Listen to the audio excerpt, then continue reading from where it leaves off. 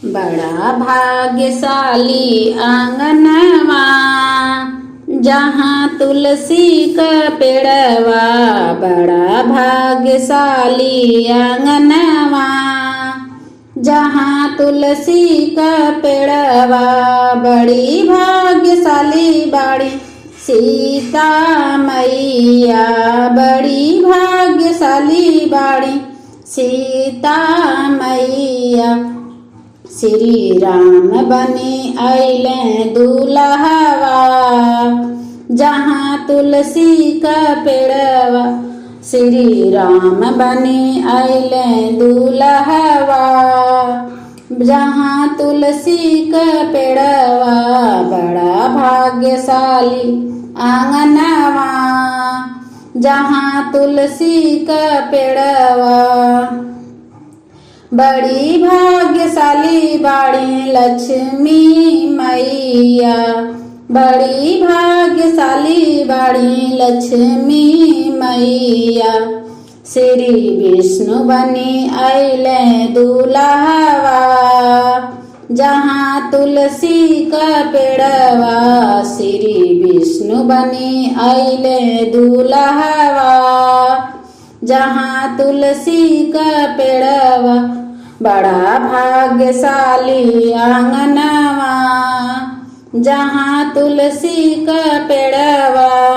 बड़ी भाग्यशाली बाड़ी रुक्मणी मैया। बड़ी भाग्यशाली बाड़ी रुक्मणी मैया। श्री कृष्ण बनी अइले दूल्हवा जहाँ तुलसी का पेड़वा। श्री कृष्ण बनी अइले दूल्हवा जहाँ तुलसी का पेड़वा। बड़ी भाग्यशाली आंगनवा जहाँ तुलसी का पेड़वा। बड़ी भाग्यशाली बाड़ी गौरा मैया। बड़ी भाग्यशाली बाड़ी गौरा मैया। शिव बनी अइले दूल्हवा जहाँ तुलसी का पेड़वा। शिव बनी अइले दूल्हवा जहाँ तुलसी का पेड़वा। बड़ा भाग्यशाली आंगनवा जहाँ तुलसी का पेड़वा। बड़ी भाग्यशाली बाड़ी अंगना का तुलसी। बड़ी भाग्यशाली बाड़ी अंगना का तुलसी। अंगना का तुलसी हमरे अंगना का तुलसी।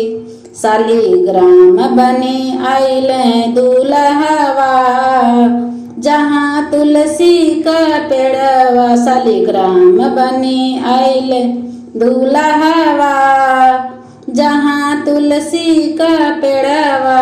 बड़ा भाग्यशाली आंगनवा जहाँ तुलसी का पेड़वा। बड़ा भाग्यशाली आंगनवा जहाँ तुलसी का पेड़वा।